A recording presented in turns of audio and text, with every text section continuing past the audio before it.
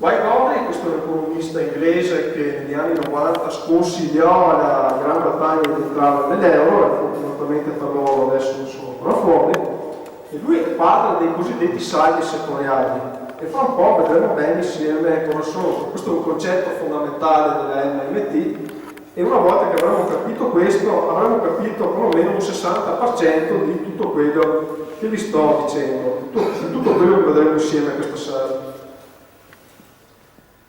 Prima però una distinzione molto importante da fare. Allora, uno Stato, l'Italia.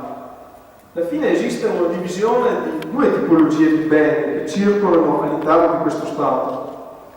Ci sono i beni reali, se ci pensate bene, cos'è un bene reale? È tutto ciò che ha un valore intrinseco, quindi l'acqua, il cibo, la casa, il riscaldamento, l'auto, tutto ciò senza i quali noi non potremo vivere, o comunque avremo una qualità di vita che è molto inferiore a quella di cui oggi godiamo. Non si sa ancora per molto, non si sa ancora per quanto, scusate. I beni finanziari invece sono un'altra cosa, sono i soldi, la valuta, l'unità di conto, quindi le banconote, i conti correnti, i crediti, i debiti, perché anche quelli sono denaro. Qualcosa che di per sé, se ci pensate bene, non ha valore intrinseco. Noi se abbiamo in mano un telecomando, ma non abbiamo in mano la televisione, il telecomando è utile in quanto ci permette di accedere a un bene reale, che è il programma che possiamo guardare sulla televisione. Ma di per sé, se io ho il telecomando, ma non ho la televisione, ho in mano un pezzo di plastica che non mi soddisfa, non mi dà alcun bene reale. E questa è la stessa cosa per il denaro, ossia un codice che in qualche modo ci permette di accedere ai beni reali, ma che di per sé non ha alcun valore intrinseco. No, perché lo Stato monopolista delle sue valute le può emettere all'infinito, con pochi limiti che sono anche facilmente intelligibili, che fra un po' vedremo insieme quali sono. I saldi settoriali di Wygotsky. Allora, è corretto dire che in economia alla fine ci sono tre settori, ci sono solo questi tre settori, ragionando dal punto di vista macroeconomico. Questa sera parliamo di macroeconomia, riferita, come ho accennato, a uno Stato monopolista della sua valuta. Il primo è il settore governativo, ossia tutte le amministrazioni pubbliche, in particolare in questo caso intendiamo Ministero del Tesoro e Banca Centrale. Il settore non governativo siamo tutti noi qui dentro, quindi cittadini, aziende, banche commerciali, e il settore estero è tutto ciò che sta all'esterno di uno Stato, tutto ciò che è fuori dall'Italia, per esempio. E proviamo un attimo a ragionare insieme bene sulle dinamiche di questi tre settori. Guardiamoli innanzitutto, sezioniamoli e guardiamoli dall'interno per capire bene cosa succede all'interno di questi tre macro settori. E partiamo con l'analisi del settore non governativo. Guardiamo bene questo schema, quindi qua abbiamo imprese, cittadini, banche che erano mutui, crediti, e proviamo a chiederci chi è che all'interno del nostro settore concretamente genera denaro? Chi è che può aumentarlo al netto? La risposta del comune cittadino potrebbe essere: siamo in un momento di crisi, non c'è molto lavoro, bisogna lavorare di più, bisogna aprire un'azienda, nel nostro caso un'impresa edile. Ma proviamo a ragionare insieme su una cosa. Se qui dentro uno di noi apre un'azienda e va bene, gli va bene le sue attività, perché riesce ad accumulare una forte ricchezza, quindi molte persone comprano il suo prodotto, lui riesce a produrre per sé un forte utile, a pagare anche stipendi, ma da dove vengono tutti questi soldi che fanno la sua ricchezza e fanno anche la ricchezza dei suoi dipendenti? Cioè, per ogni guadagno che io ho all'interno di questo settore c'è sempre qualcun altro che perderà con lo stesso ammontare di valuta. All'interno del settore non governativo non ci può mai essere creazione di nuova valuta al netto, cioè che cresce senza che nessuno di noi si impoverisca. Lo stesso con le banche, perché erogano crediti, ma contemporaneamente si genera anche debito, quindi dentro il settore non governativo alla fine avrò sempre un più che però è compensato da un meno di pari entità. Questo è matematicamente quello che avviene, e e anche economicamente è corretto affermare questa cosa. Quindi il problema è che noi dobbiamo alzare la nostra domanda interna, come giustamente diceva Pannella, che abbiamo troppo poca ricchezza, spendiamo poco, le imprese non aprono, oppure chiudono, oppure licenziano. Dobbiamo adottare un comportamento anticiclico, quindi aumentare la ricchezza in tempo di crisi, innalzare il nostro totale di spesa e la domanda aggregata per rilanciare l'economia. Qui dentro abbiamo visto che non è possibile, stando all'interno di questo settore, aumentare la nostra ricchezza netta. Deve necessariamente esserci un settore esterno, non governo, che nel nostro caso è il governo. E ricordo che stiamo parlando di governo di uno Stato a valuta sovrana, monopolista che mette per primo la valuta. Il governo che con la sua spesa pubblica mette nuova ricchezza finanziaria qui dentro, che è tutta ricchezza nuova che noi guadagneremo senza che nessuno di noi contemporaneamente la perda. Sfortunatamente, tra virgolette, il governo fa anche un'altra cosa molto meno carina, che è quella di tassare. E cos'è la tassazione? La tassazione è un drenaggio di risorse finanziarie dal settore non governativo, esattamente come togliere dell'acqua dalle vasche.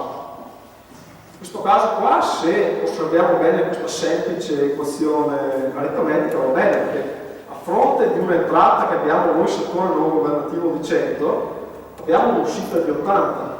Per noi va bene perché avremo comunque più 20 di nuova ricchezza finanziaria netto che circolerà all'interno del nostro settore, con la quale noi potremo risparmiare di più, potremo spendere di più, che questo è ancora più importante, perché la spesa, come dice Keynes, coincide sempre con il reddito, quindi potremo spendere di più, potremo far sì che ci sia più domanda aggregata, che le imprese aprono, oppure quelli che ci sono producono più utile, più stipendi e licenziano di meno. E contemporaneamente guardiamo bene cosa succede all'interno dei bilanci del governo. I bilanci del governo in questo caso, con questa tipologia di spesa, andranno in passivo, in meno. Qui avrà un meno 20 perché il governo raccoglierà di meno di quello che ha seminato. E questa, guardate bene, questa operazione che compie il governo si chiama deficit di bilancio.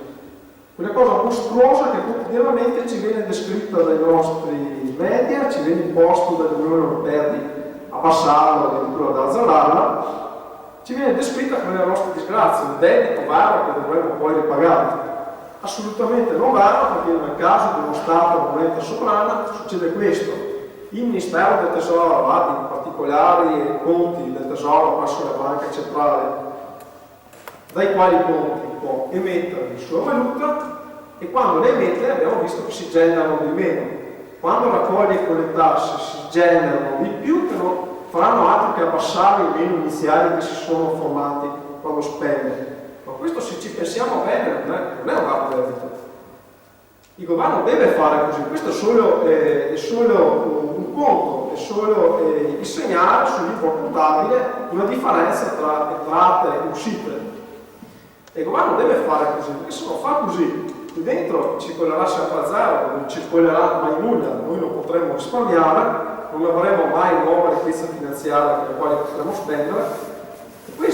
E questo è il compito del governo, questo è il vero compito del governo virtuoso.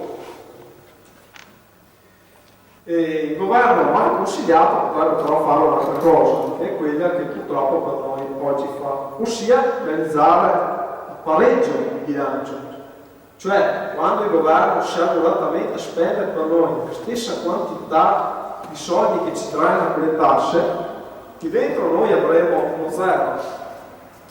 Proviamo bene a pensare veramente che idiozia sia affermare che questa operazione, soprattutto in un tempo di crisi, possa fare il bene di tutti noi settori non governativo. No, perché con questa operazione noi non potremo più risparmiare, non potremo spendere di più. Questo significa stagnazione economica e a lungo andare significa anche impoverimento, perché non potremo più risparmiare. Parallelamente i conti del governo andranno a posto, perché non avrà più quegli antipatici meno che aveva prima, ma avrà di zero, salderà i suoi conti, il suo cosiddetto debito, però saremo a zero anche noi.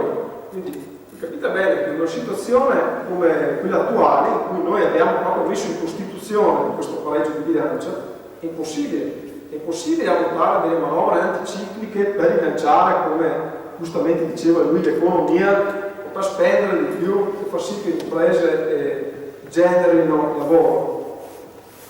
Ma noi abbiamo fatto una cosa addirittura peggiore di questo, ossia il surplus di bilancio, che è quell'operazione che saremo costretti a fare per 20 anni in seguito alla sottoscrizione del trattato Fiscal Compact, che ci impone ogni anno un governo che per noi non farà più nulla, anzi continuerà a spendere sempre, a tassarci più di quello che spende, e quindi proviamo bene a pensare. Senz'altro il computer del Ministero del Tesoro presso le banche centrali faranno i salti di gioia perché avrà di più, quelli che piangeremo siamo tutti noi qui dentro perché avremo dei meno su base costante ogni anno. Quindi proviamo bene a pensare, meno 20 un anno, gli anni successivi meno 30, meno 40, meno 50, meno 60, è quello che è. Che fine farà il nostro paese continuando così? Farà la fine dello Zimbabwe letteralmente. Diventeremo lo Zimbabwe d'Europa, non lo Zimbabwe dell'infezione, un altro tipo di Zimbabwe. E questo è quello che noi attivisti dell'NLT, economisti dell'NLT, chiamiamo un crimine, guarda proprio crimine contro l'umanità, perpetrato da queste logiche criminose, e alla fine c'è un motivo per cui fanno queste cose qua, perché non le fanno per nulla.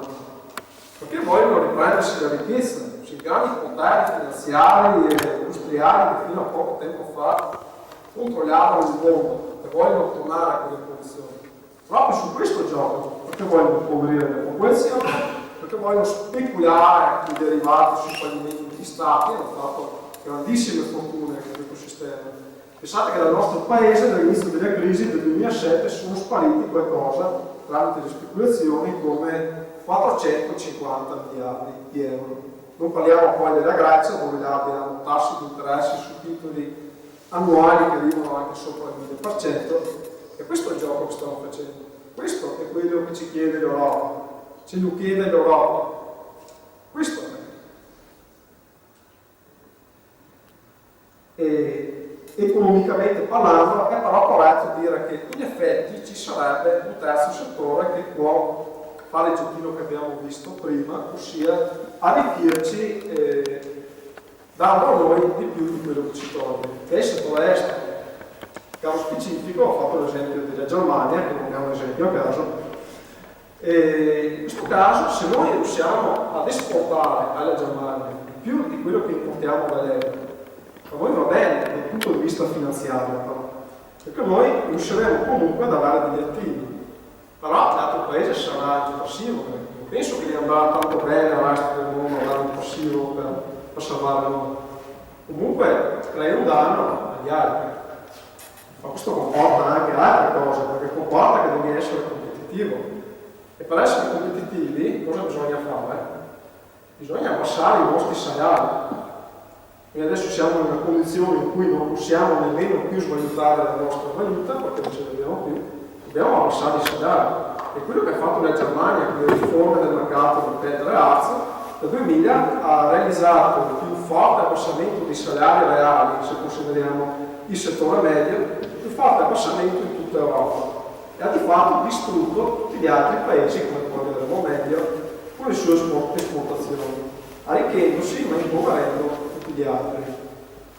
Ma un'altra cosa, perché un bel giorno la Germania potrebbe anche dire: cari Italia, il tuo prodotto, le scarpe, piuttosto che qualsiasi altro prodotto, non lo prendo più da te perché mi costa molto meno prenderlo in Cina, piuttosto che in Vietnam, piuttosto che in Sudan, piuttosto che in India, perché adesso non va più di moda neanche la Cina. E quindi cosa succede a questo punto? Se restiamo secoli, come facciamo poi a garantire i servizi essenziali, gli ospedali, le salute? Facciamo garantire la vita e la prosperità della nostra popolazione se ci basiamo unicamente su una fiducia di rapporti con gli altri stati? Non potremo più farlo. E questo è il limite dell'Expo. Quindi dell'MMT diciamo che le esportazioni non sono una reale ricchezza, perché la reale ricchezza sono i beni reali, sono ciò che tu produci, sono beni e servizi che il tuo sistema industriale e di servizi produce per la tua popolazione. E qui non è così, perché con le esportazioni sei costretto a mandare fuori dal tuo paese questi beni reali di cui la tua popolazione non godranno altri, al fine di avere come introiti dei beni che non hanno valore intrinseco, che sono molto precari. I soldi per il 90% pensate che sono solo dei codici elettronici che circolano, che si spostano all'interno dei conti correnti bancari e non saranno nemmeno realmente distribuiti, perché le grandi aziende neomercantili, soprattutto franco-tedesche nel nostro caso, giocano proprio su questo, ossia abbassare i salari, far sì che non ci sia un'equa distribuzione della ricchezza, proprio perché per esportare bisogna abbattere il consumo interno, perché i prodotti dovranno essere acquistati di più all'estero che non interno, e comunque per essere competitivi devono essere abbassati i prezzi e quindi anche il costo del lavoro. Adesso vediamo gli schemi che vi ho appena fatto vedere in una struttura piramidale. Vediamo bene. Al vertice di questa piramide non ci sarà più lo Stato democratico eletto dai suoi cittadini, ci sarà la Banca Centrale Europea, formata dalle 17 banche centrali di tutti i paesi dell'Eurozona, la quale per statuto cosa fa questa Banca Centrale? Crea denaro da nulla, ma lo immette per trattato, articoli 123 e 124 del trattato sul funzionamento dell'Unione Europea, li mette nel settore delle banche, quindi privati investitori, banche commerciali, ma anche banche di investimento, anche fondi di pensione, fondi assicurativi, fondi speculativi, hedge funds, addirittura anche fondi sovrani, arabi, libici. Oggi noi dipendiamo da queste signori qua per tutte le nostre spese, perché adesso il governo cosa deve fare? Non potrà più spendere la sua moneta da nulla come faceva prima. Sarà costretto ogni volta a bussare alla porta di questi signori a chiedere soldi in prestito, esattamente come un qualsiasi cittadino. Un qualsiasi cittadino che la mattina si alza, non ha più uno stipendio, non ha più un conto in banca ed è costretto continuamente a chiedere soldi in prestito per finanziare sotto casa. Gli dirà: ok, i soldi li presto, il tasso di interesse lo decido io. E questa è la situazione in cui sono ridotti tutti i governi, tutti gli stati dell'Eurozona. A questo punto il governo dovrà chiedere in prestito i fondi, solo dopo potrà spendere per noi il governo, poi però tutti questi fondi dovranno essere restituiti a questi signori, maggiorati di interesse. E questo capite bene come? Vedete, spesa 100, tasse 105. Questo matematicamente comporta il nostro impoverimento, ma non c'è nemmeno bisogno di elevare il fiscal compact, perché è già insito nelle logiche dei trattati europei questo funzionamento, questo vero crimine contro gli stati, contro i popoli che ci sta impoverendo ormai da più di 10 anni. E a questo punto l'attivo l'avranno questi signori qui, gli investitori. L'attivo delle banche centrali in verità viene in gran parte ridistribuito con i governi, ma quelli che ci guadagnano veramente sono gli investitori, mentre quelli che continuano a impoverirsi siamo noi. E non è un caso che il ministro Helmut Kohl negli anni 80 abbia insistito così tanto che anche l'Italia entrasse in questo sistema, perché noi, grazie al nostro alto debito pubblico, che dalle Francia che vi ho fatto vedere prima non era la nostra disgrazia, era la nostra ricchezza. È proprio qui che volevano venire a mettere le mani e oggi ci stanno fregando con questo meccanismo delle esportazioni. Pensate che l'attivo dal 2000 della Germania delle sue bilancie commerciali corrisponde, come lo vedremo, a più di 1700 miliardi di euro, quasi l'intero ammontare del nostro debito pubblico. A questo punto direi che abbiamo in mano tutti gli elementi per combattere i grandi fantasmi che quotidianamente ci vengono propinati dall'economia neoclassica e neoliberista, dalle logiche imparanti dell'Unione Europea. Il primo è il debito pubblico, e abbiamo visto perché è un fantasma. Perché se io governo decido di spendere per voi qui dentro più di quello che tasso, non c'è nessun creditore misterioso al quale il governo deve restituire denaro. È semplicemente una cifra contabile che prima era all'interno dei libri contabili del Ministero del Tesoro come spiega Warren Moser. Adesso sta all'interno dei conti correnti del Ministero del Tesoro presso le banche centrali. Dentro è tutto fittizio che non deve essere ripagato. Non è il debito, non è il peccato originale che i vostri figli dovranno ripagare nei decenni a venire. No, è la nostra ricchezza. Il governo deve fare così, altrimenti nella nostra economia le nostre economie in aggregato non circolerebbe valuta, non ci sarebbe liquidità. Il governo è l'unico che può emettere la valuta, quindi non lo possiamo fare. E questo lo dice molto chiaramente Alan Greenspan, per di più economista neoliberista, amico di Milton Friedman, uno dei peggiori economisti neoliberisti estremisti della storia, e dice proprio questo, che gli Stati Uniti non possono fallire sul proprio debito, perché possono sempre mettere moneta per farlo, quindi possono pagare, onorare tranquillamente tutte le scadenze che hanno con i loro investitori o con la loro cittadinanza.